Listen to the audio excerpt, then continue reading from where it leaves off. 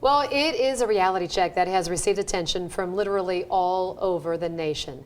Ben's fact check of arguments made by CNN host Piers Morgan and a look at the violent crime rates in the U.S. and in the U.K. But were those numbers really an apples to apples comparison? Tonight's Ben is setting the record straight. It's a reality check you won't see anywhere else.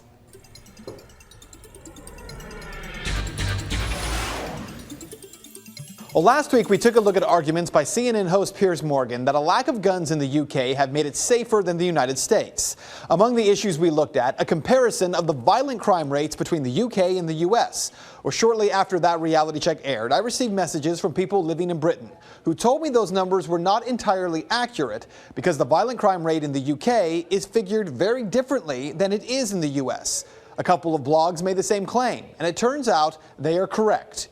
The FBI's Uniform Crime Reports defines a violent crime as one of 4 specific offenses: murder, manslaughter, forcible rape, robbery, and aggravated assault. The British Home Office has a substantially different definition of violent crime. The British definition includes all crimes against the person, including simple assaults, all robberies, and all sexual offenses. Due to fundamental differences in how crime is recorded and categorized, it is impossible to compute exactly what the British violent crime rate would be if it were calculated the way the FBI does. But if we must compare the two, my best estimate would be something like 776 violent crimes per 100,000 people, writes the skeptical libertarian.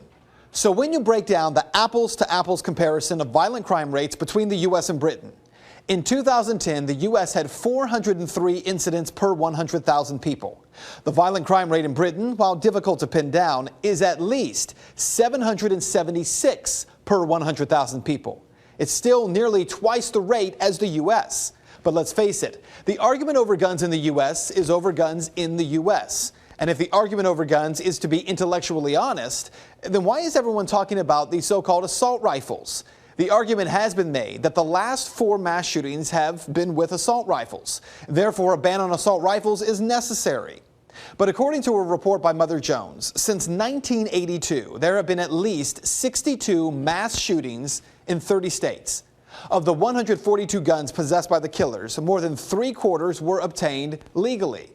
The largest number of guns used, 68, were semi-automatic handguns. Assault rifles were about half that number at 35.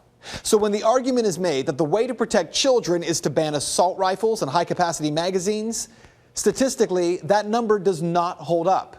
According to FBI numbers, in 2011, among those murdered by guns, 119 children ages 12 or younger. The vast majority killed with handguns. That's nearly equivalent to 6 Newtown mass shootings.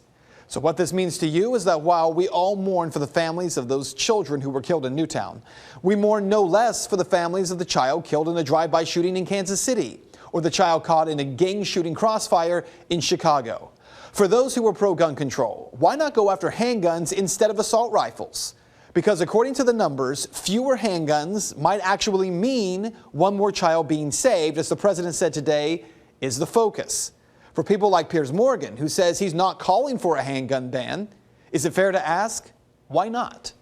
And that is Reality Check. You can find the sources for this story posted on our website, fox19.com. And if you'd like to make your voice heard on the story, I always say this, head over to Ben's Facebook page. Find it by searching Mr. Ben Swann.